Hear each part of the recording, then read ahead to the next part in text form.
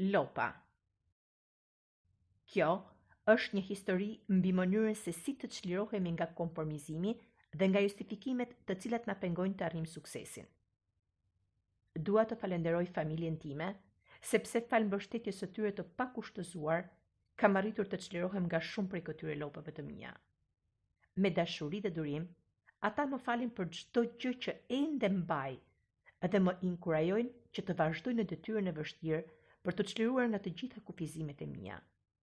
Falenderoj të gjithë lexuesit, të cilët e kanë bërë këtë vepër një bestseller, dhe që përmes historive të tyre na kanë konfirmuar të ardhmen e ndritur që pret të gjithë ata që vendosin të çlirohen nga lopët e tyre. Ky libër është një dolli për sukseset dhe për vendimet tuaja. Parathënie. Për gati 3 dekada kam shkruar dhe folur rreth suksesit. Çfarë është ai?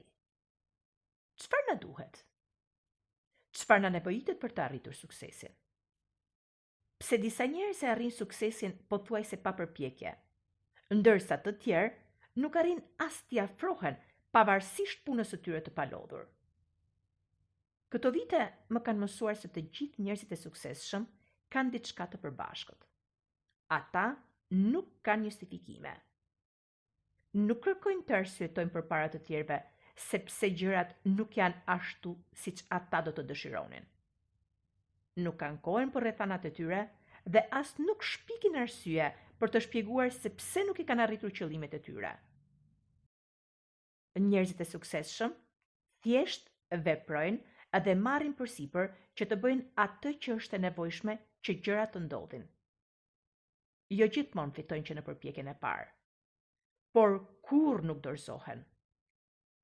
Nëse rrëzohen, ata ngrihen sërish dhe nisin me entuziazëm të ri për të rirë drejt rrugtimit të tyre dhe drejt qëllimeve dhe objektivave që ndjekin. E vërteta është se dështimi nuk është armiku i suksesit, siç mendojnë shumë njerëz.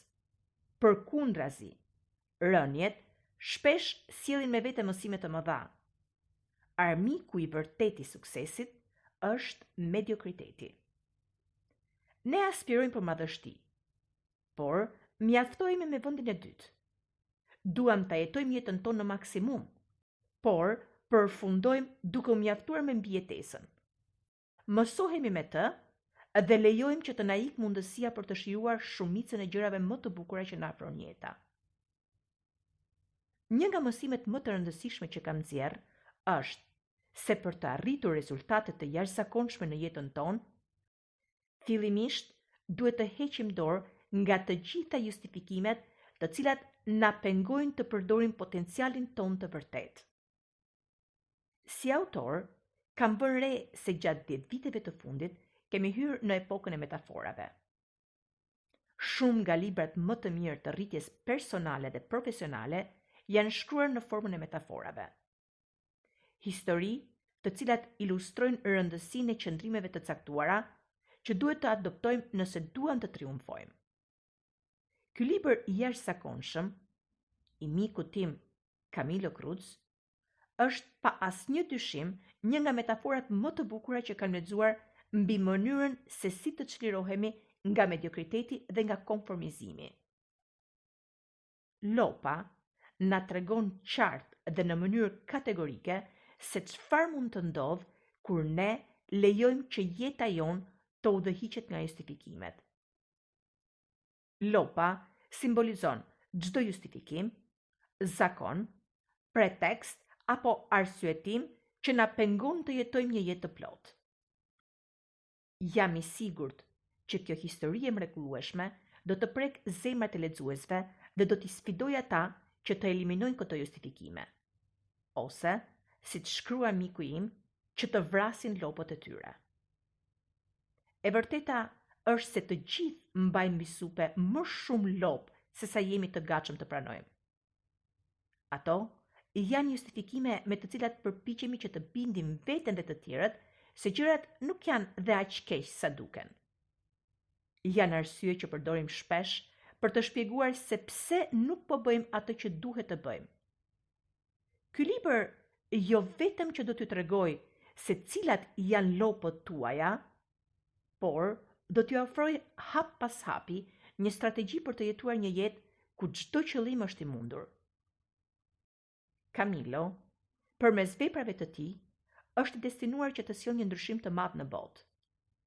Urtësia, thellësia dhe mprehtësia e mësimeve të tij u lejojnë lexuesve që të vënë menjëherë në praktik ato strategji të cilat mund t'ju ndryshojnë jetën.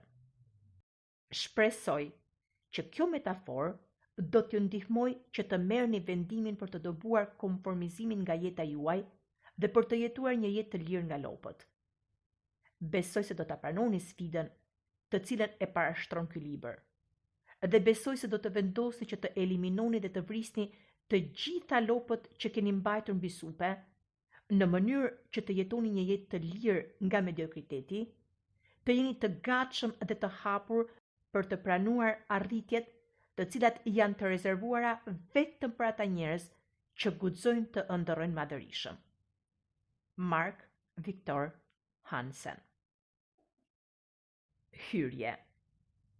Besoj se lopa ime më e madhe ishte fakti që jeta ime ishte shndërruar në një kërkim të vazhdueshëm të fajtorëve për dështimet e mia.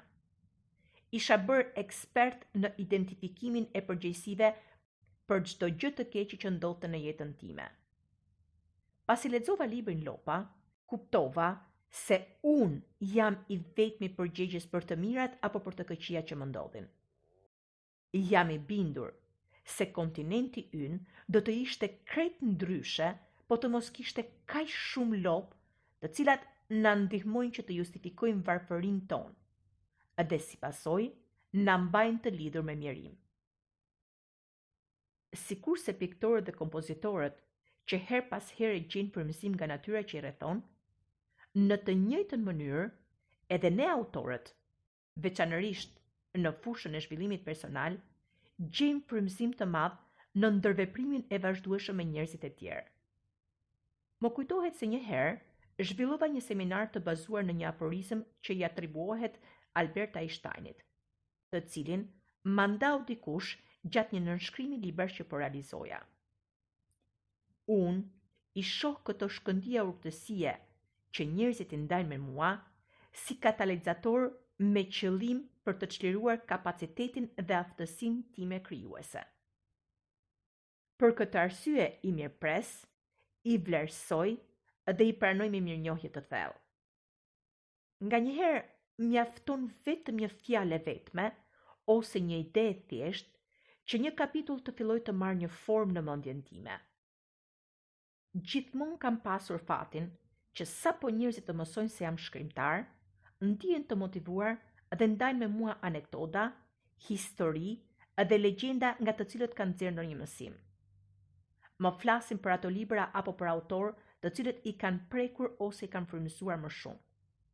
Dhe kjo për mua ka qenë gjithmonë një burim i jashtëzakonshëm idesh të reja. Historinë e lopës e dëgjova për herë të parë nga një zonjë mrekullueshme, e cila për fatin tim e kishte vendin pranë meje në një fluturim nga New Yorku për në Buenos Aires. Këto fluturime nate zakonisht nisen nga aeroporti John Kennedy rreth orës 7 të mbrëmjes dhe rreth mesnatës, sapo përfundon darkën, ende të presin 5 orë të gjata udhëtimi për të bërë. Në udhëtime kaq të gjata, ose do të flesh, ose përfundon duke biseduar me personin pranë teje për të bërë që koha të kalojë sa më shpejt. Kështu, pasi folëm për profesionet tona, familjen, se sa shumë udhëtonim, dhe pasi shkëmbyem kartat e biznesit, biseda kaloi tek arsyeja që na çonte në Argjentinë. Dhe ishte pikërisht aty, në kabinën komode të një Boeing 777 modern, ndërsa fluturonin diku mbi një vend të Amerikës së Jugut, rreth orës 1 të mëngjesit, dëgjova për herë të parë historinë tragjike, por njëkohësisht të lumtur të lopës. Duhet të shtoj se që nga ajo kohë, edhe veçanërisht që kur fillova ta ndaj atë histori në ligjëratat e mia, kam dëgjuar versione të ndryshme të së njëjtës histori. Natyrisht, ajo që po paraqes këtu është versioni im i ngjarjeve. Duhet të paralajmëroj se çdo ngjashmëri me ngjarje apo me personazhe reale është thjesht rastësi, megjithse ndoshta krejtësisht e qëllimshme. Gjëja interesante është se kur e dëgjova për herë të parë këtë histori, rrëfimi i saj nuk zgjati më shumë se 2 ose 3 minuta. Megjithatë, pasi e ndava qindra herë, fillova të vërej se çdo herë zgjatej pak më shumë dhe bëhej më interesant. Ishte sikur të ishte një serial televiziv ku çdo javë shfaqeshin personazhe të rinj. Lindnin intriga, trama dhe mësime të reja, dhe historia bëhej gjithnjë dhe më komplekse. Kështu, pasi e kisha ndarë me qindra mijëra njerëz në disa vende, gjatë njërit prej prezantimeve të mia, një pjesëmarrës mua ofrua dhe më kërkoi që t'ia dërgoja me email një përmbledhje të shkurtër të kësaj historie, sepse donte ta ndante me punonjësit e tij. Atë ditë më ishte dashur më shumë se 2 orë për ta rrëfyer. Kështu që vendosa që të bëj diçka më të mirë se sa t'i dërgoj një përmbledhje të nxituar të kësaj metafore të jashtëzakonshme. Vendosa një herë për gjithmonë ta shkruaj historinë tragjike të Lopës. Dhe kështu lindi Lopa. Me shumë entuziazëm ju përvesha punës dhe ju përkushtova zbulimit të gjitha sfidave që na paraqiste kjo metafore fuqishme. Duke shfrytëzuar avantazhet që formon interneti, vendosa që të publikoj një botim të parë si libër elektronik, e-book, për të vlerësuar shpejt reagimin e lexuesve. Rezultatet ishin befasuese. Në më pak se 4 muaj, më shumë se 265.000 persona nga mbi 100 vende e kishin shkarkuar librin nga faqja jonë e internetit. Sigurisht, qëllimi im nuk ishte që njerëzit thjesht ta merrnin librin, por që ta lexonin atë. Kështu që vendosa të dërgoj një email të 2 lexuesve të mi. Nuk i pyeta nëse e kishin lexuar librin, sepse përvoja më ka mësuar se shumica e njerëzve përgjigjen gjithmonë po, edhe nëse e vetmja gjë që kanë bërë është thjesht të hedhin një sy kopertinës. Vendosa të hyja direkt në temë dhe të pyesja nëse ishin çliruar nga ndonjë prej lopëve të tyre. E di që në këtë pikë shumë prej jush nuk e kuptojnë se çfarë dua të them me këtë, por shumë shpejt do ta kuptoni. Përgjigjja ishte po aq befasuese. Brenda vetëm një jave, më shumë se 10.000 persona morën guximin dhe u ndjen të gatshëm që të ndanin justifikimet dhe arsyetimet. Pra, lopët nga të cilat kishin arritur të çliroheshin. Shumë prej tyre i dhanë një kthes rrënjësore jetës së tyre si rezultat i pranimit të sfidës për të përballur një herë për gjithmonë me bindjet kufizuese që kishte mbajtur për një kohë kaq të gjatë. Dhe jo vetëm kaq, por ata dëshironin që përvoja e tyre personale të shërbente si shembull për të tjerët. Prandaj, pranuan që historitë e tyre të publikoheshin. Kështu, në një botim të shtypur, kam dashur që të përfshi disa nga historitë e njerëzve të thjeshtë, të cilët më në fund morën vendimin për të jetuar një jetë të jashtëzakonshme. Historia e Lopës është një rrëfim mbi mënyrën se si çlirohemi nga zakonet, justifikimet, besimet dhe bindjet që na mbajnë të lidhur pas mediokritetit. Gjithmonë kam besuar se armiku i vërtet i suksesit nuk është dështimi, siç mendojmë shpesh, por është konformizimi dhe mediokriteti. Rënjet dhe dështimet në përgjithësi janë thjesht pjesë e rrugës që na çon drejt realizimit të qëllimeve tona. Ato na japin mundësinë që të nxjerrim dhe të mësojmë mësime të rëndësishme. Po të mos ishin dështimet, nuk do ta kuptonim se cilat zakone duhet të ndryshonim apo se cilat sjellje duhet të korrigjojmë për të vazhduar përpara në jetë.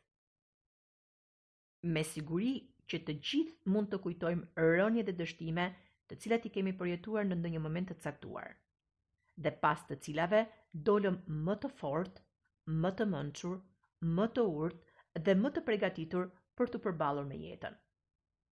Është e padiskutueshme që vështirësitë lindin suksesin. Nga ana tjetër, mediokriteti nuk na mëson asgjë. Nuk ka asnjë mësim për të nxjerrë prej tij. Madje, kur kënaqemi me një jetë mesatare, procesi i të mësuarit shpesh priret të ndalojë. Për këtë arsye përsëris vazhdimisht se armiqtë e vërtet, ata që duhet i shmangim me çdo kusht, janë mediokriteti dhe konformizmi. Shumë njerëz i shmangen dështimit sikur të ishte një murtaj që duhet evituar me çdo çmim. Natyrisht, nuk po ju sugjeroj që duhet të kërkojmë të dështojmë. Megjithatë, kemi mësuar të friksohemi aq shumë rënjes, saqë në përpjekjen për ta shmangur atë, përfundojmë duke u kënaqur dhe duke u mjaftuar me vendin e dytë, vetëm për të eliminuar çdo rrezik që mund të na sjellë një pengesë.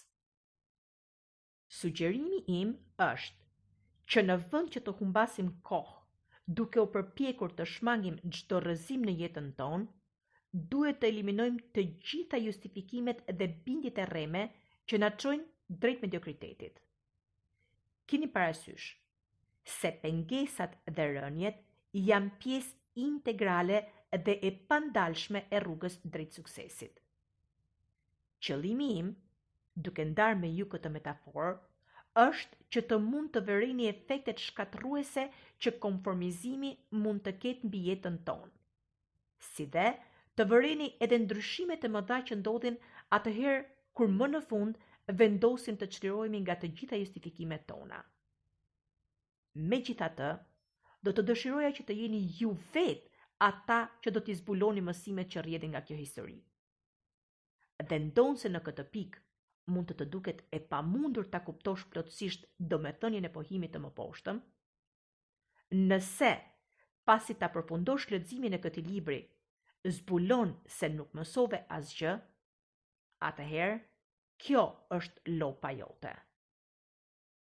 Kapitulli i parë. Historia tragjike dhe e lumtur e lopës. Ky libër e transformoi plotësisht mënyrën se si e shoh jetën. Kur shoh çfarë kam arritur deri tani, e kuptoj se mund të kisha bërë shumë më tepër nëse nuk do të kisha pasur lopën e të qenit i kënaqur me pak gjëra që kisha arritur. Pavarësisht potencialit tim të madh, kam shpërdoruar një pjesë të konsiderueshme të jetës time në justifikime të ndryshme, si për shembull, prindërit e mi nuk më mbështetën sa duhet, dhe për këtë arsye pata shumë vështirësi që të përfundoja studimet. Ose, problemet ekonomike në familjen time nuk më kanë lejuar kurrë që të arrij qëllimet e mia. Kur jetoja jashtë vendit, fshihesha pas lopëve si: e si mund të spikas këtu, kur ky nuk është as vendi im? Ose, këtu nuk i duan të huajt. Mësimi më i rëndësishëm që kanë nxjerr është se nuk ka pengesë më të madhe se sa vetvetja. Dhe se gjithmonë do të jem ajo që unë dëshiroj të jem, ajo që unë vendos të jem.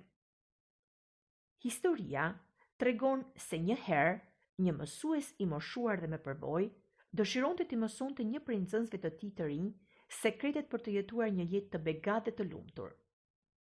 Duke njohur pengesat dhe vështirësitë e shumta me të cilat përballen njerëzit në kërkim të lumturisë, ai mendoi se mësimi i parë duhet të ishte të kuptonte arsyen se pse kaq shumë njerëz jetojnë të lidhur pas një jete konformizimi dhe mediokriteti.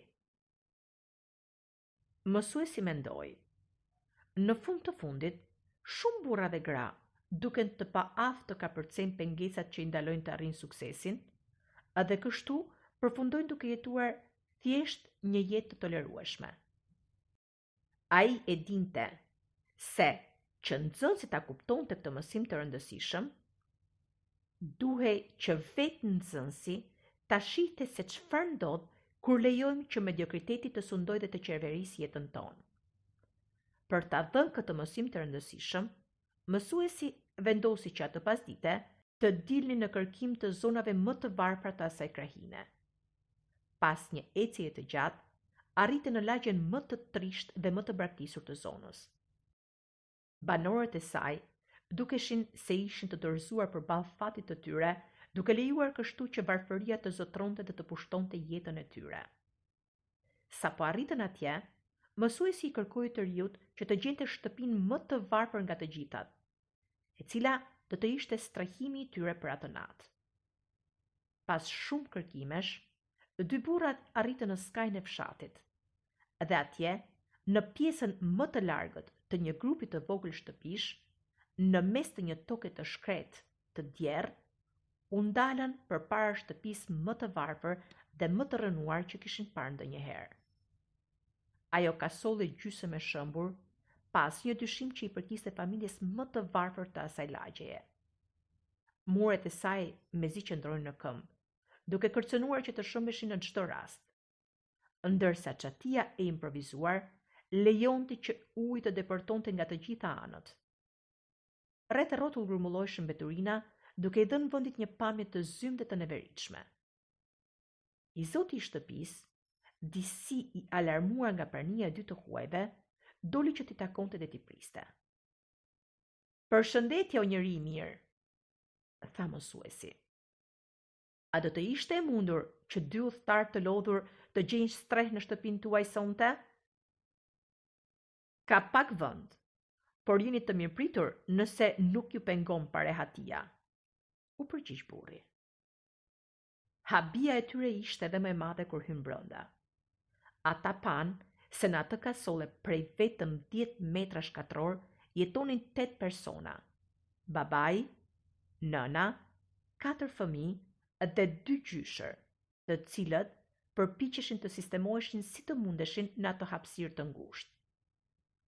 Rrobat e vjetra dhe të arnuara, si dhe papastërtia që mbulonte trupat e tyre, ishin dëshmi e qartë e një mirimi të thellë që mbretëronte aty. Shikimet e trishta dhe kokat e ulura tregonin se varfëria nuk kishte pushtuar vetëm trupat e tyre, por kishte gjetur vend edhe në shpirtin e tyre. Të dy vizitorët vëzhgonin të shtangur dhe të habitur çdo cep. Ata vëzhgonin sikur të përpiqeshin të zbulonin ndonjë objekt me vlerë mes skamjes dhe varfërisë totale që dukej se kishte pushtuar atë banesë. Nuk kishte asgjë. Megjithatë, kur dolën jashtë, zbuluan se ishin gabuar. Për habinë e tyre, në mes të atij mirimi të thellë, familja kishte një pronë të jashtëzakonshme për ato rrethana. Kishte një lop. Kafsha nuk ishte diçka e veçantë, por jeta e asaj familje dukej se rrotullohej rreth saj. "Duhet t'i japim për të ngrënë lopës. Duhet ushqyer lopa. Sigurohu që lopa të ketë pirë mjaftueshëm ujë. A është e lidhur lopa? Është koha për të mjel lopën." Padyshim, lopa luante një rol të rëndësishëm në jetën e tyre të përditshme. Megjithse qumshti i pakët që prodhonte, mezi mjaftonte për të mbijetuar. Megjithatë, lopa shërbente për qëllim më të madh. Ishte vetmja gjë që i ndante nga mjerimi i plot. Në një vend ku fatkeqësia dhe mungesa ishte buka e përditshme, një pasuri e tillë u kishte fituar respektin, në mos zilinë e fqinjve të tyre. Dhe aty, në mes të papastërtisë dhe rrëmujës, dy udhëtarët kaluan natën. Të nesërmen herët në mëngjes, duke u siguruar që të mos zgjonin askënd, u bën gati të vazhdonin rrugën e tyre. Pasi hodhën një vështrim të fundit aty vendit, duke u përpjekur të ruanin në mendje pamjen e shkretimit që kishin parë, nxënësi i ri u largua pa qenë i sigurt nëse kishte kuptuar mësimin që mësuesi kishte të dashur t'i jepte apo jo. Megjithatë, përpara se të niseshin, mësuesi i moshuar i tha me zë të ulët: "Ka ardhur koha që të mësosh mësimin që na solli në këto anë." Gjatë qëndrimit të tyre të shkurtër, kishin parë vetëm rezultatet e një konformizimi dhe mediokriteti. Por, për të riun, nuk ishte ende plotësisht e qartë se cila ishte kauza që kishte shkaktuar atë gjendje braktisjeje. Ky ishte mësimi i vërtet. Mësuesi e dinte se kishte ardhur momenti që dishepulli i tij i ri ta mësonte. Me hapa të ngadalt, i moshuari u drejtua drejt vendit ku ishte lidhur kafsha. Jo më larg se 50 metra nga banesa. Atje, përpara veshtrimit mosbesues dhe të pabesueshëm të riut, dhe pa i dhënë atij asnjë mundësi për ta ndaluar, plaku nxori papritur nga çanta një tik që e mbante me vete dhe me një lëvizje të shpejtë dhe të saktë i dha kafshës një plak vdekjeprurse. Ajo rrëzua me njëherë dhe pa nxirr pothuajse asnjë zë. "Çfarë keni bërë, mjeshtër?" përshëriti i riu me ankth, duke u kujdesur që të mos gjonte familjen. "Çfarë mësimi është ky që i lë një familje në rrënim dhe në shkatërrim të plot? Si mund ta vrisnit këtë lopë të gjor, që ishte e vetmja pasuria e tyre? Çfarë do të ndodh tani me ta?" Pa u tronditur nga shqetësimi i djaloshit dhe duke mos u përgjigjur pyetjeve të tij, plaku vazhdoi rrugën. Kështu, duke lënë pasa të skenë makabre, mjeshtri dhe nxënësi u larguan. I pari duke indiferent ndaj fatit që e priste të familje të gjorur dhe të varfër pas humbjes së kafshës, ndërsa i dyti, i mbushur me ankth, ishte i bindur se veprimi i tyre e kishte dënuar me vdekja të familje. Në ditët që pasuan, mendimi i zymt se familja do të vdiste nga uria pa lopën e tyre e përndiqte vazhdimisht të riun. Çfarë fati tjetër mund t'i priste, pasi kishin humbur të vetmin burim jetese? Edhe kështu, kjo familje do të detyrohej të niste një etapë të re të jetës, duke u përballur me mundësinë e një mjerimi edhe më të madh, edhe më të thellë. Një vit më vonë, një pasdite, mjeshtri e thirri të riun pranë tij dhe i sugjeroi që të ktheheshin sërish në atë vend për të parë se çfarë kishte ndodhur me familjen. Vetëm përmendja e atij episodi, që dukej sikur ishte harruar, mjaftoi për të zgjuar djaloshit kujtimet e asaj nate që, edhe pas kaq shumë kohe, ai ende nuk e kishte kuptuar plotësisht. Edhe një herë, i kaloi në mendje roli i zymt që kishte luajtur në fatin e atyre njerëzve të pafat. Çfarë mund të kishte ndodhur? A e kishin mbijetuar goditjes së rënd? A kishin arritur të nisnin një jetë të re? Si do t'i shihte në sy pas asaj që kishte ndodhur? Me gjysmë zemre, i riu pranoi dhe pavarësisht dyshimeve që i rëndonin në shpirt, u nis drejt atij vendi së bashku me mësuesin e tij. Pas disa ditësh udhtim, arritën sërish në fshat. Por, përpjekjet e tyre për të gjetur banesën e vjetër ishin të kota. Vendi duke i njëjtë, por aty ku një vit më parë ndodhej kasolla e varfër, tani ngrihej një shtëpi e madhe, që dukej sikur ishte ndërtuar në kohët e fundit. Ata ndaluan për ta vëzhguar nga larg, duke u siguruar se ndodheshin në të njëjtin vend. Mendimi i parë që i kaloi në mendje të riut ishte se vdekja e lopës ishte qenë një goditje tepër e rëndë për familjen. Me shumë gjasa, ata ishin detyruar ta braktisnin atë vend, të largoheshin, edhe një familje tjetër, më e pasur, kishte zënë vendin e tyre dhe kishte ndërtuar një shtëpi më të madhe. Ku kishte përfunduar ai burri gjor dhe familja e tij? Çfarë kishte ndodhur me ta? Ndoshta ishte dhimbja shpirtërore ajo që i mposhti. Këto mendime e pushtonin mendjen e të riut, ndërsa lëkundej, mes dëshirës për t'u afruar tek shtëpia e re për të pyetur për fatin e banorëve të vjetër, apo për të vazhduar udhëtimin e tij dhe kështu të shmangte konformimin e dyshimeve të tij më të këqija. Sa e madhe ishte befasia e tij kur pa që të dilte nga shtëpia i njëjti burr që një vit më parë u kishte dhënë stre. Në fillim, me si e njohu. Megjithatë, ishte e qartë se bëhej fjalë për të njëjtin person. Ndonse pamja e tij kishte ndryshuar krejtësisht. Syt i shkëlqenin. Ishte i veshur, i pastër, i rregullt dhe buzëqeshja e tij e gjerë tregonte se diçka do me thënë se kishte ndodhur. I riu mezi u beson të syve. Si ishte e mundur? Çfarë kishte ndodhur gjatë atij viti? Ai u afrua për të përshëndetur dhe pa humbur kohë e pyeti çfarë kishte ndodhur gjatë kësaj periudhe që dukej qartë që kishte ndryshuar fatin e tij dhe të familjes së tij. Një vit më parë, gjatë kalimit ton këtu, tha i riu, pam varfërinë e thellë në të cilët jetonin. Çfarë ndodhi gjatë këtij viti që ndryshoi gjithçka? Pa ditur rolin që i riu dhe mjeshtri kishin luajtur në vdekjen e lopës, burri i thtoi sërish në shtëpi dhe nisi t'u tregonte hollësitë e një historie që do t'ia ndryshonte përgjithmonë jetën. Ai rrëfeu se rastësisht, po atë ditë kur ata ishin larguar, dikush, ndoshta ndonjë keqbërës xheloz për pasurinë e tyre të pakët, e kishte therrur egërsisht kafshën e gjor. Duhet ta pranoj, vazhdoi burri. Reagimi ynë i parë ndaj vdekjes së lopës ishte dëshpërimi dhe ankthi. Për një kohë të gjatë, qumshi i saj kishte qenë i vetmi burim jetese për ne. Madje, zotërimi i saj na kishte dhënë edhe respektin e fqinjve.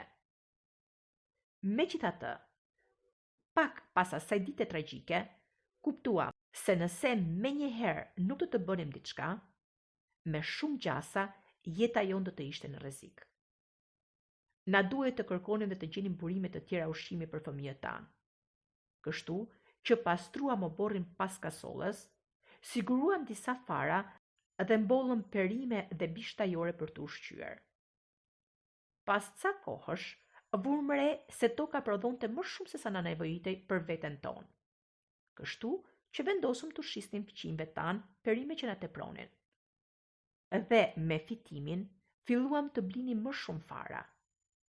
Shpejt, prodhimi u rrit aq shumë sa mund ta çonim për ta shtitur në tregun e fshatit. Dhe pastaj ndodhi mrekullia, tha burri me gëzim të madh. Për herë të parë në jetën tonë, patëm para të mjaftueshme për të blerë rrobat më të mira dhe për të rregulluar shtëpinë tonë të thjeshtë. Kështu, hap pas hapi, ky vit na solli një jetë të re. Ishte sikur vdekja tragjike e lopës son të kishte hapur portat e një fillimi të ri. I riu e dëgjonte i mahnitur rrëfimin e pabesueshëm. Më në fund, ai e kuptoi mësimin që mjeshtri i tij i urtë kishte dashur t'i përcillte. Ishte i qartë se vdekja e kafshës nuk ishte qenë fundi i asaj familjeje, por përkundrazi, fillimi i një jete të re, plot mundësi të mëdha dhe premtuese. Mjeshtri, i cili kishte qëndruar në heshtje duke dëgjuar rrëfimin magjepsës të burrit, e thirri të riun më njanë dhe e pyeti me zot të ulët. A mendon se po ta kishte ende këtë lopë, kjo familje do t'i kishte arritur të gjitha këto? Sigurisht që jo, u përgjigji riu pas një hezitim. A e kupton tani? Lopa, përveç se ishte pasuria e tyre e vetme, ishte edhe zinxhiri që i mbante të lidhur pas një jete konformizimi dhe mediokriteti.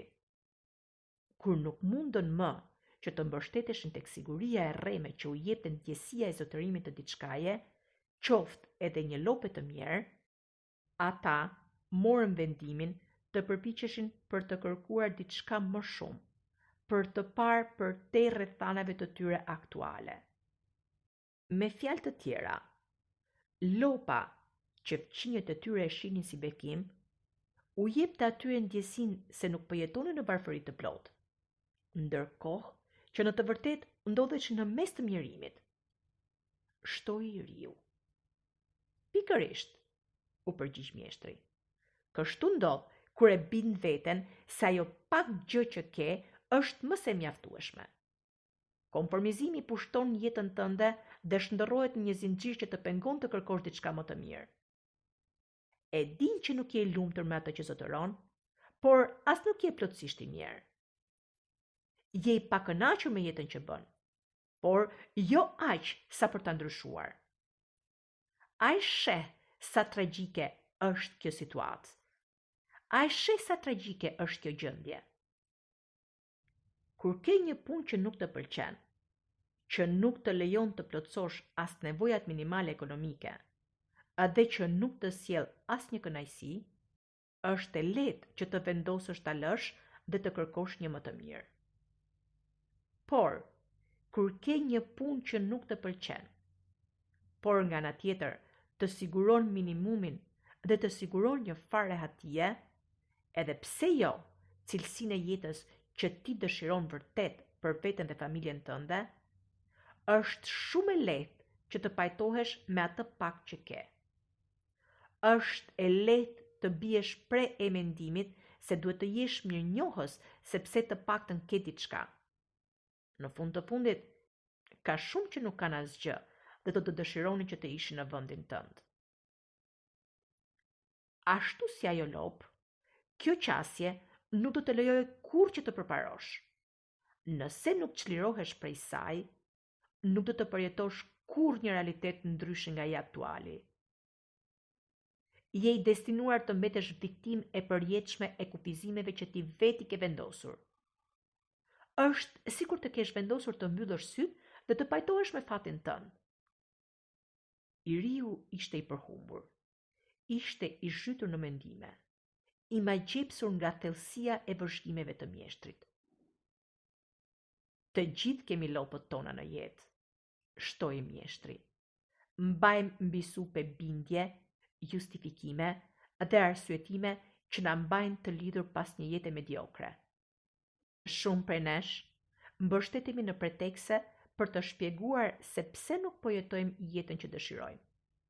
Krijojmë justifikime që as vetë nuk i besojmë plotësisht, por që na japin një ndjesi të rrejë me sigurie. Ndërkohë që përpara nesh shtrihet një botë plot mundësi për të zbuluar. Një botë plot mundësi që mund t'i shohim vetëm nëse vendosim të çlirohemi nga kufizimet tona. Çfarë mësimi madhështor, mendoi dishepulli i ri, duke reflektuar menjëherë mbi lopën e tij personale. Gjatë pjesës së mbetur të udhëtimit, ai rimeditoi thellë mbi të gjitha kufizimet që vetë i kishte përqafuar ndër vite. I premtoi vetes se do të çlirohej nga çdo lopë që e mbante të lidhur pas një ekzistence mediokre dhe që e pengonte të shfrytëzonte potencialin e tij të vërtetë. Padyshim, ajo ditë shënonte fillimin e një jete të re, e një jete të lirë nga lopët.